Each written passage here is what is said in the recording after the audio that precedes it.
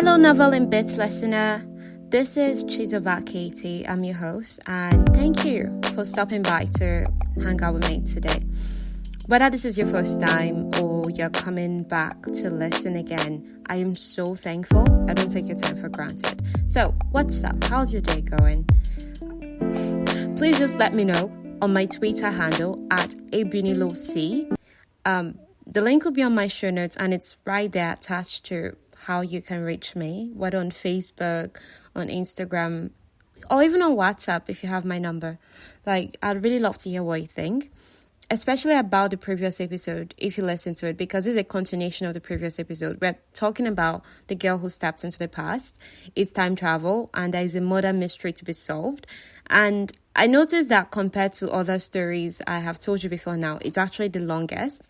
And the reason why it is so long is because it's murder and then there's romance, and I feel like there's so much going on in such a short period of time. So I went into detail where the story is concerned, detail I don't normally go into in other stories. So if you actually like those details, let me know. If it was too long and I need to shorten it, please let me know. Was it engaging? Did you enjoy it? It's the points matching for you? Please let me know. This is just what I'm here for, to have a good time with you. And if I'm the only one having a good time, or you're the only one, we all need to be having a good time. This is what this podcast is about, to kind of harness the power of fiction, to help all of us feel better, improve our imagination, make us feel better, make our day better. Yes, that is why we are here. Okay, so brief recap. On the first part, Jane landed into the 19th century. I actually said 17th century. And the confusion was because the Somerville estate where she landed in was built in the 17th century. Obviously by Earls before James, like his father, his grandfather, and all of that. But so I kind of confused it. But the setting is 19th century, 1818. At least I said that much. But just that I kept saying 19th century. I kept saying 17th century, but it's actually the 19th century. So she landed in the 19th century at a time where Tatiana just got murdered. So they're trying to find a culprit. She was at first suspected to be the person who did it. But then some evidence was suggesting that it was a large man, a strong man. So she was freed.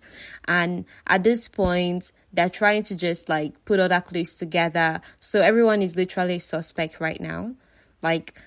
James' friends, all of the household staff, everybody is a suspect. So they're trying to investigate that.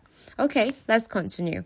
Now, after because James was talking to Jane at this point, but then his mom entered the room, so Jane left. And then his mom now told James that, oh, I asked Rockwell, your friend, to invite his younger sister Elise. The girl was 16 years of age, and his mom said, I did that because you need an heir to the title, and as your mom, I also need a grandchild. So James was like, okay, that I don't get why you're doing this. You've never really cared about this. And James was like, but sorry, I can't do this then. His mom was like, is it because of the maid? Okay, if you like her, just take her and get her out of your system. It was just so callous. James was like, I can't do that. She's better than that. And his mom was like, that's what your father said about the maids he enjoyed while married to me. So do you see the source of her bitterness? James' mother, she loved the man, but the man didn't love her and was just philandering about. And the woman just got so bitter. So she started crying on James' shoulder. And then James was just shocked because he didn't know his mom suffered like this at his dad's hands. He was a little boy when all of this was happening. So taking advantage of the opportunity that, okay, his mom is in this vulnerable state where she's crying that the man she loved her didn't love her back. So James now took advantage of this opportunity to be like, okay, can you see why I need to be with Jane despite social etiquette? Because at least I feel connected to her. So if you went through such a bitter experience, surely you don't want the same thing for me. So the woman, in as much as, obviously no, she's been bitter all her life. It's not like a few minutes of crying would change all that. But she just was less hostile. Then, after this conversation with his mother, James went to find Jane in her room, her bedroom, and he apologized for not believing her when she told him that she came from the future. Because at this time, they'd grown close enough for her to tell him about that. He now explained that it was hard for him to just accept such a news without proof. Perhaps if she shared more details, it would help him understand.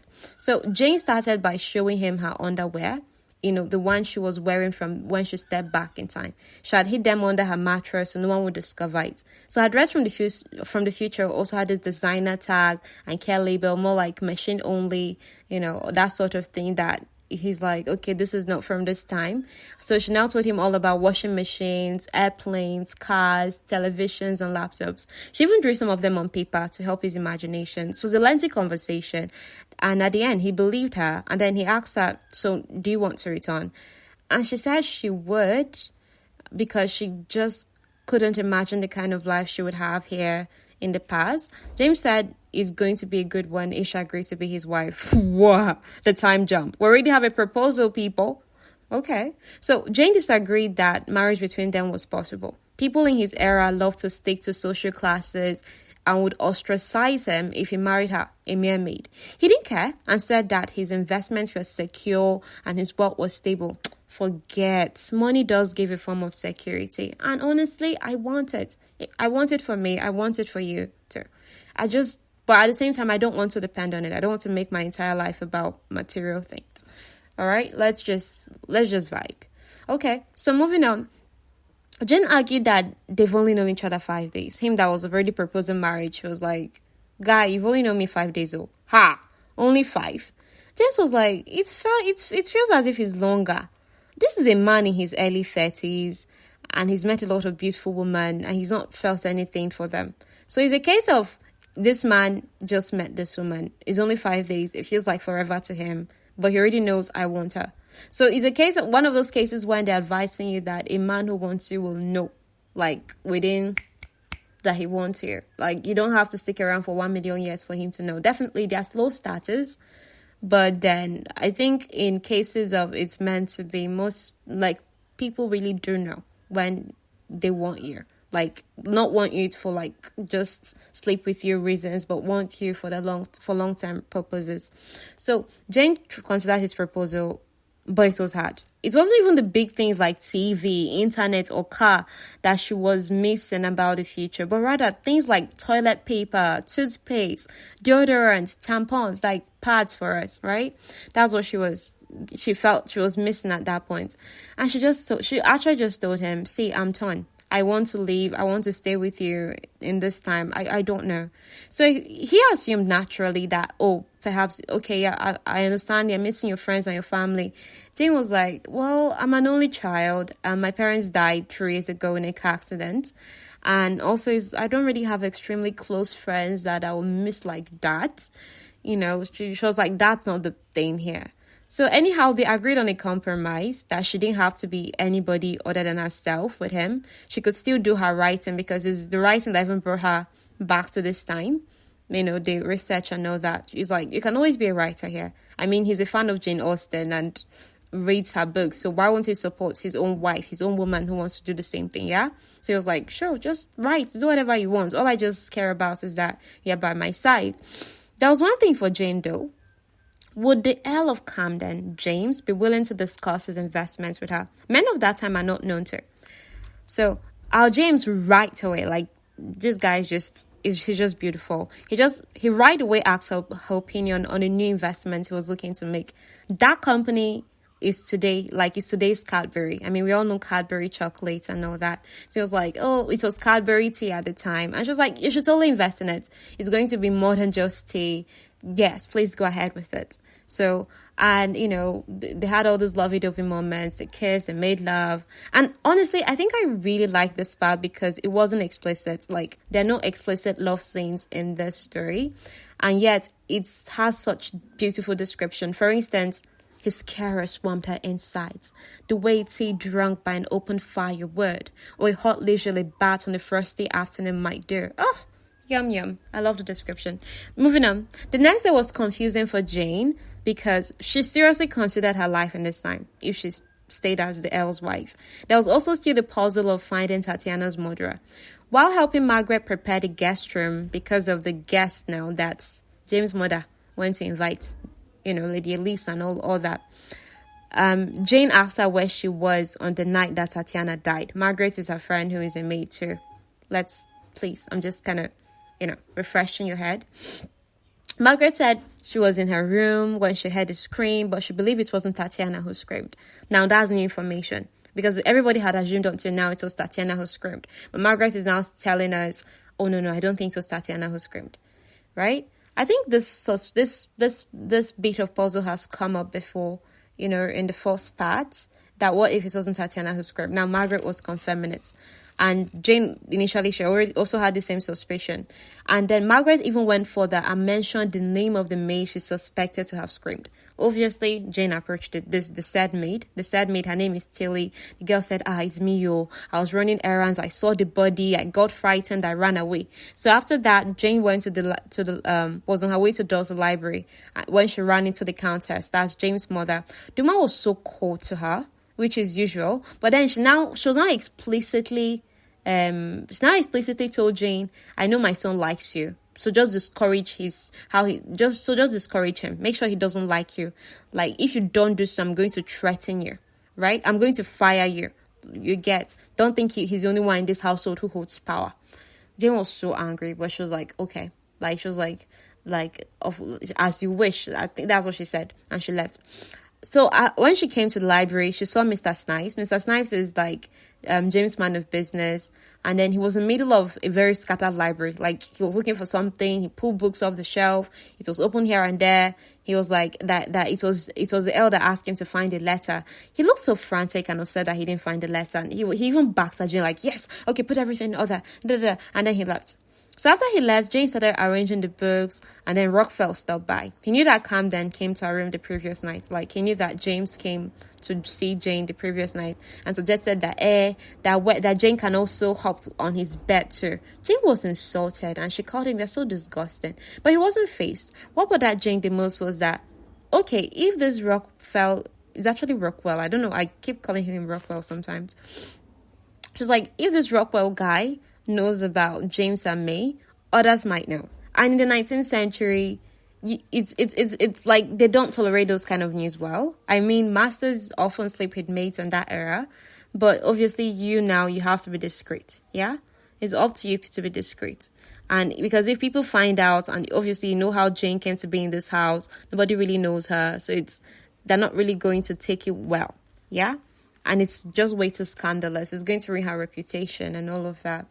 So, but obviously this is not a big deal in our own era and all of that. Nobody really cares who's sleeping with her, right? Unless maybe part of a Christian body and you're held accountable and people are like, okay, so where are you? What are you up to? Besides that, guy, day or day, basically. So James was in Harrington later that day, and the conversation veered in the direction of love and marriage. Harrington easily guessed that the person James said he had a connection with, but she wasn't of a social standing, was Jane, because James was like, yeah, well, and I like somebody, but she's not of our class. Harrington was like, is the Jane girl, yeah? It was like, okay. So the thing now led to Jane asking, okay, so what's your opinion? And Harrington was like, you should pursue Jane if you have the strength to make it work.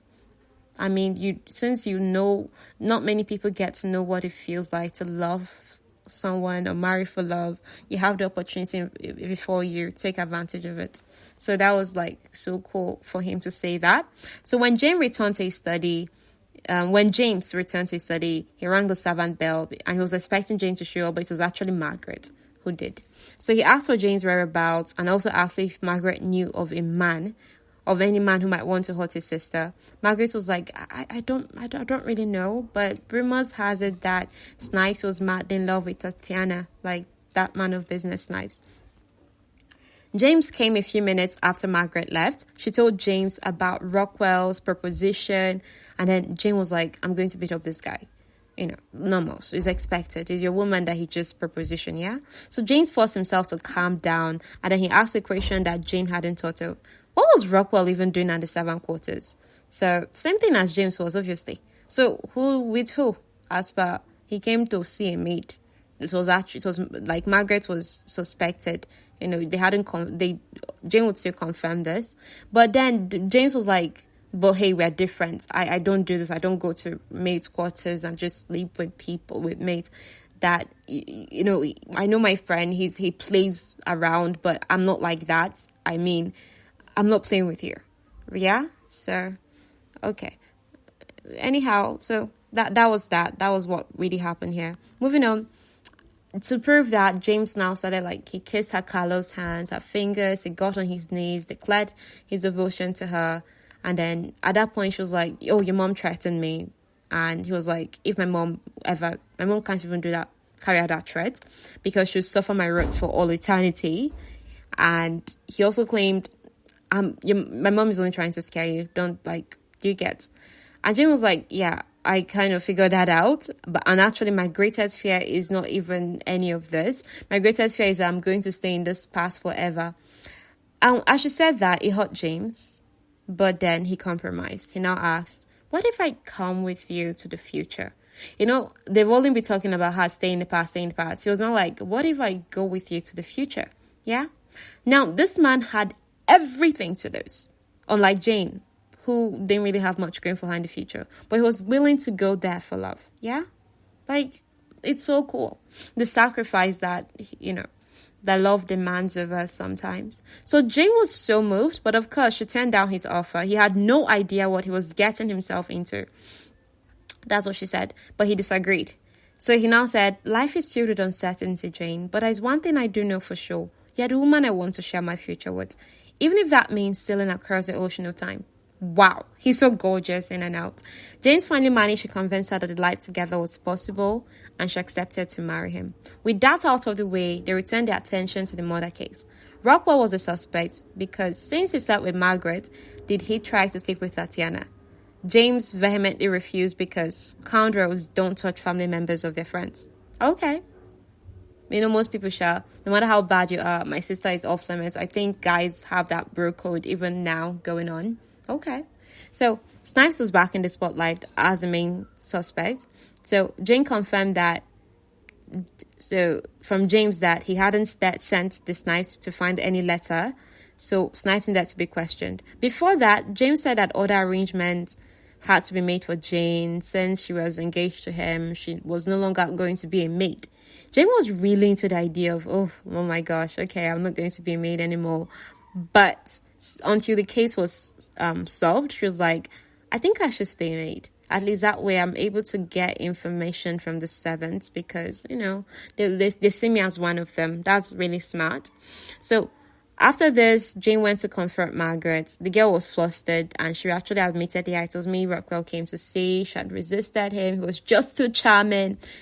Jane was like, oh, gosh. In her mind, she was like, I know guys like that. They're all over New York, that kind of thing. She just said that in her mind. Then Jane then asked if Margaret was with Rockwell. So, okay, I get you weren't able to resist him, understood. So why are you with him on the night Tatiana was murdered? She was like, I wasn't. I wasn't actually. She was not like, and to defend herself, she now also mentioned, actually, I'm not the only person who's fallen for his chance before. That since the day Rockwell arrived, he had actually been sleeping with Betsy, like the late Betsy who died. That's Lady Tatiana's maid. And in fact, she was the person he was with on the night Tatiana was murdered. With this information, Rockwell automatically had a lullaby, like, okay, if he was with Betsy on the night of Tatiana's murder, he couldn't have been the one to kill Tatiana, right? So who was? Attention shifted from him. Meanwhile, Margaret deviated and teased Jane about Camden's attention on her. That's James. Jane completely froze, like, okay, because now she's actually engaged to him, but it's still secret, it's still between them. And she just reminded Margaret that, but I and this man are not in the same class. Margaret was like, forget it. James is the honorable type, and if he loves you, he'll marry you. I mean, that's beautiful. James having that reputation. Meanwhile, James confronted Rockwell about how he propositioned Jane. He apologized. They had a round of boxing to settle it like men, and James was satisfied when he bruised his friend on the jaw. Later, James had a talk with Mr. Thompson, the tutor, whom he had invited. The same time that Elise was arriving, Mr. Thompson arrived, right? So the man confirmed that he and Tatiana were romantically involved and even slept together, but it had all been out of love and there was no manipulation whatsoever. In fact, Tatiana had told Thompson about Harrington and how he was a way for them to be together. Like, she would be married to Harrington, who had no desire for women, and keep him as her lover. Like, we know Harrington is gay, yeah. I think I've just been, tiptoeing around saying it, explicitly. But Harrington was going to marry Tatiana and not touch her, mostly for appearances, so his family is satisfied. And Tatiana would be free to just be with her lover. Such practices were acceptable at the time. Obviously, some people would still be like, oh my God, that is scandalous. But, this is not the first time I've seen this kind of arrangement in a historical fiction. Yeah. So Thompson revealed something new about Tatiana afterwards. And what, Tatiana was loving as she was and as sweet and whatever she was. The girl's bad side was that she didn't know how to be confident without attention and someone approving of her, especially a man. She wanted someone to tell her she was smart, pretty, and all the rest. So that was when she started encouraging compliments from Snipes. However, she had little regard for Snipes and she quite played the guy. So discovering this part of his sister wasn't easy at all for James to find out, first of all, that your sister, I thought, was innocent, was no longer even a virgin. And then she actually knew how to play with men. And he did get that kind of thing. It wasn't easy for him. Yeah, why can't I just have the sweet memories of her? And honestly, up to him, he would have, but he's investigating her murder here. So all stones needs to be uncovered, even if they're not pretty. Now, Thompson knew this part of her, that she liked attention. That's even part of the reason why he stayed in touch, because to keep guiding her, offering his guidance, because if he had totally said, okay, I'm going to cut her from you, she'll just find another man. And the person might not even have her best interest at heart like he did. Now, all Tatiana had when James was out, and this thing is not Tatiana's fault entirely, because her brother was away at Eton, yeah, at this boarding school for boys, for rich boys, like lords and all that. And all Tatiana had was an unfaithful father and a bitter mother. Poor girl. So James was like, I should have given my sister enough attention. This wouldn't have happened. But it has happened. There is nothing he could have done about it. Yeah. Now, James returned to his study to discover Snipes. After this, he went back to the study, and then Snipes was squeezing Jane's jaw, a bit truth, because she had confronted him. He interrogated the man, and then he found out that he and Tatiana used to pass notes to each other using the books in the library. Explicit notes, suggestive notes. I wish I could touch your lips to mine. I wish, have you ever imagined slipping your hand underneath my gown? Messages like that. And those are not appropriate. And this is, you are the L's man of business and you're playing this kind of play with her and she's engaged to be married. Even if she was doing it, you're not supposed to do it. Yeah? At least this is a standard there. The fact that you're an employee of that house, you are the master of the house trusts you. You're not supposed to be doing that with the sister. So it was actually Tatiana's last note to Snipes that he was trying to find on the day that he scattered the library like that. Regardless of how Tatiana played Snipes, he didn't kill her. He wasn't the one. He just I know she played me. I really know she did. But I didn't kill her. I couldn't have, because I was in love with her.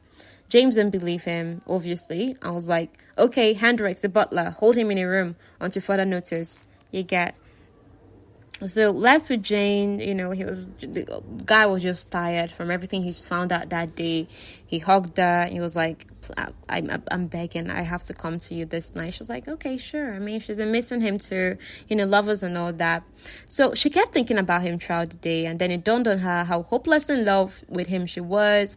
She's been denying it up until now. More maybe it's just physical attraction, But then it's not to know her that maybe everything she'd ever written and read about love, the racing heart, the clammy hands, the weakness, the shortness of breath, etc. was her experience with James. Then a bell rang calling for a maid, and it, jolted out of her thought. She went to answer. It was Thompson. like, the tutor guy who was, Tatiana's lover.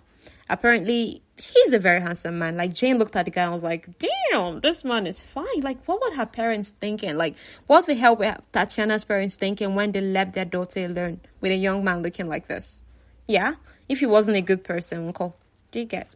Now, Thompson had a brief conversation with Jane, and she finally found out that the footman Mr. Good Dad's role in all this. Earlier, Rockwell asked James to interview Mr. Good Dad, the footman, that he'd been seeing he and Tatiana in close whispers, but when he approaches, they'll separate. Do you understand that he didn't know what that was about? So now Jane is finding out what it was about.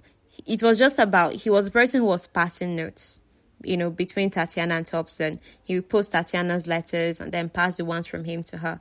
So now, but this whole thing led to another idea forming in James' head. Like, what if Tatiana also played this good dad and he was the one who killed her? So she wanted to go and tell James immediately, but then Mrs. Fontaine, the housekeeper, sent her off on errands that kept her so busy until bedtime. Now, the next morning, the first thing she did, our girl is focused. She went to James' bedroom to tell him, but then they got caught up because he was undressed and they made love, impromptu love. And then afterwards, let her tell him a storm began. So as a storm or rather, it was just rain shower, but just the fact that it was raining, James' attention instantly turned towards, yes, this is the first rain since the day I came. Maybe I get to go home today and all of that. And James could just easily read it on her face, the expression. He was like, you can just go. And she's like, but you promised to come with me. And he's like, I can't until Tatiana's murderer is found. So it turned out the storm was just rain. There was no lightning, no thunder, like I said. But the rain had done its work of exposing how fragile Jane's love for Camden was. I mean, his love for her was solid, but Auntie was still vacillating between, I don't think I can stay here and risk all. I should go back. And most of us in the 21st century, honestly, we love like this. We love what if not? And yeah, it's not easy. It's love. It's really not. So she was uncertain about them, and he was willing to risk all. He wanted to know that she could give up everything for him too. He asked her to be his countess. Just be my countess. Just stay with me in this fast. And to reply to that, she hesitated too long. So with palpable pain, he broke up with her because she didn't choose him. You understand? And there's a difference between James and Geoffrey. Geoffrey asked her to choose between her writing and him. James is asking her to choose them. Yeah, to choose them, choose our love.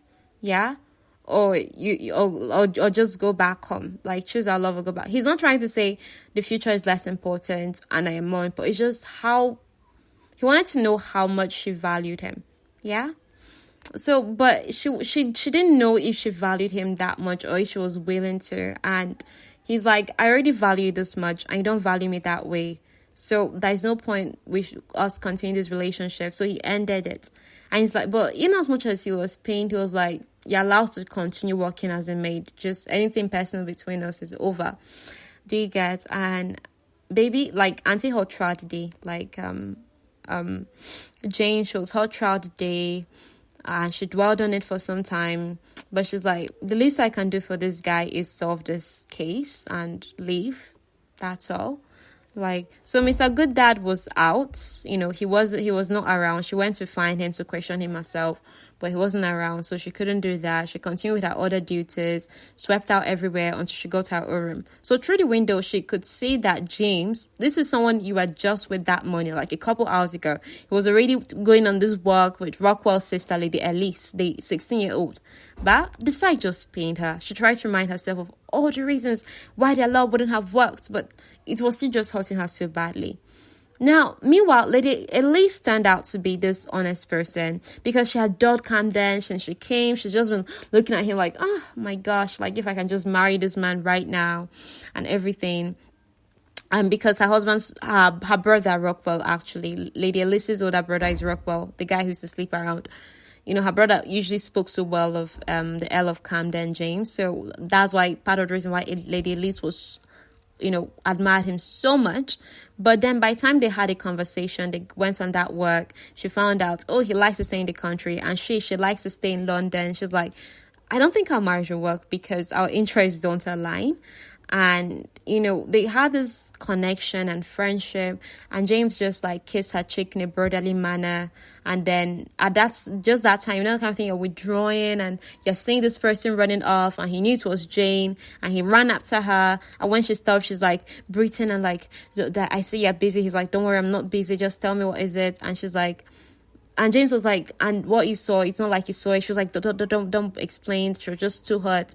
But then she ended up hearing him out, and they apologized to each other for what happened in that morning. And they confessed that they belonged wherever the other person was. They kissed and they made up. It was beautiful. So once this was out of the way, Jane was like, okay, the reason I came to find you was good, Dad. And they discussed the possibility that he did it. If not him, then certainly it has to be someone in the house who committed his murder, because no one had left the house since the murder happened.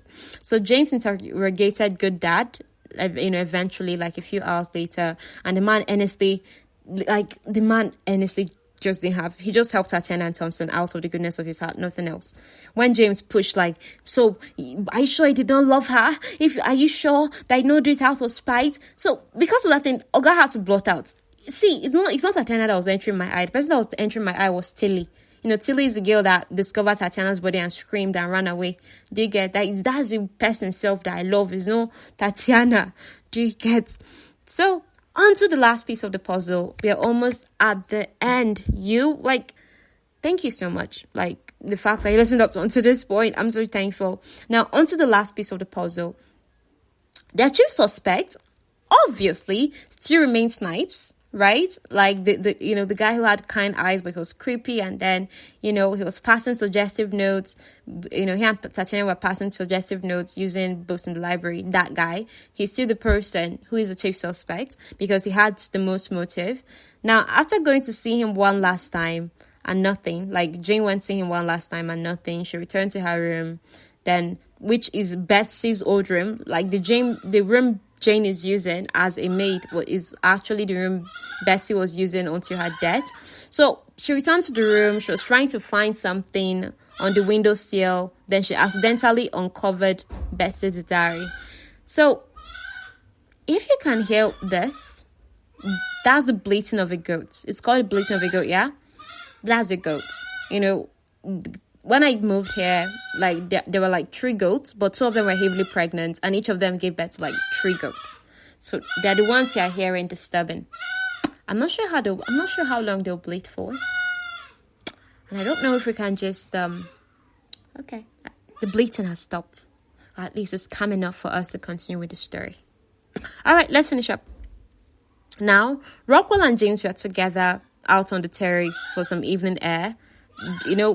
As Jane found Betsy's diary in the windowsill, she started reading it.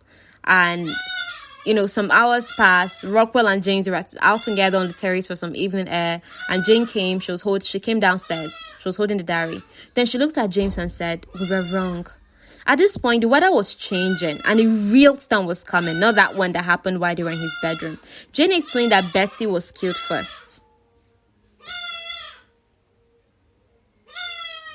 Okay, he's a bleating. I don't like his bleating. I mean, I could easily just like remove this. It did this out of the podcast. But this is like the real struggle, the behind the scenes of making content in Nigeria. You pay for your house, like it doesn't matter where. It's just, these are factors that you can't exactly factor in because of your neighbors or whatever. Okay. All right, it's gone. I hope it's fine though. I mean, I really wish the animal well. All right, let's move on. So a real storm was coming and everything, and Jane had already come and told James that they were wrong about how they were going about the investigation up until that moment. So Jane explained that Betsy was killed first, but they assumed it was Tatiana and have been trying to find answers from that perspective. So do you see? Tatiana was killed because she was a witness to Betsy's murder. Ouch! So Betsy was killed first. Yeah. There was lightning. So as she was saying these things, lightning was going on, thunder, some rain was pelting down. And then Rockwell was like, okay, you know what? I'm just going to go inside because I don't want to get any wetter and stuff. He was there with James. And next thing, Jane just stopped him like, you did it. Her proof was, and the guy was like, how dare you accuse me? And she was like, look at the proof here. The proof is Betsy's diary. Betsy you had gotten Betsy pregnant, and she wanted you to support and care for the child, but you didn't want to do so. And Betsy threatened to tell Tatiana about it, and she would have told her brother Camden, like the Earl, who would have compelled you to. So there was also a chance that Betsy would tell other people, and it would ruin Rockwell's reputation. Yeah. So this was why he killed Betsy, his motive. And then he was like, Rockwell was like, many men need to survive having bastards. Then it was James who was like, but those men are already married. He now forced himself to ask the hard question. Did you kill Betsy and Tatiana? That's when Rockwell changed mouth. Tatiana had followed him to the stables, and she had run when she discovered that he had killed Betsy. So he chased after her and silenced her with one swift of his knife. Like, is that okay? He was like, I promise it was painless. She felt nothing. Jesus.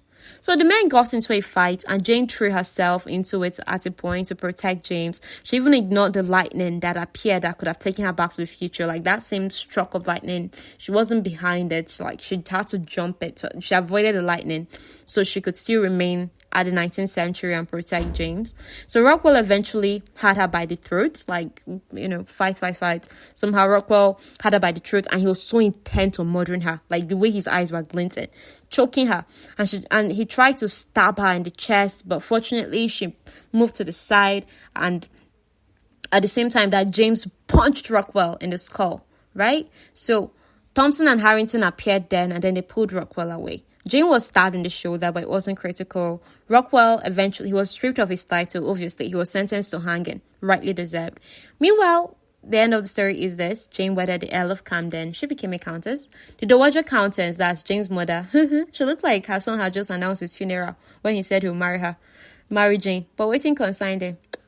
Meanwhile, Mr. Snipes was fired for inappropriate behavior and disloyalty. The guy was actually quite rude and bitter and everything and creepy. So whether he had a good heart or not, he's not it. But so as we can see, Jane changed history. I mean, Tatiana's murder would be recorded as solved in present 21st century now, and then James would no longer be recorded as a bachelor until death because he married her. End of story. I hope you enjoyed this.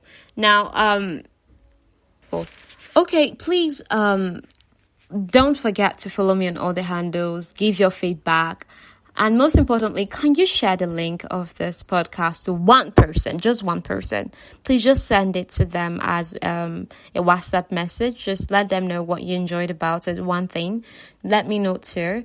Then rate this podcast wherever you listen to podcasts, whether it's on Spotify, or Amazon Music. I don't know why I still will put this on Apple, but I'm just so grateful that you are listening wherever you can and you're sparing your time too. I really, really do appreciate it. I sure do hope you have a wonderful weekend. See you on Monday. I'm excited. Monday's one is going to be special. You have to come to see what it's about. So, bye.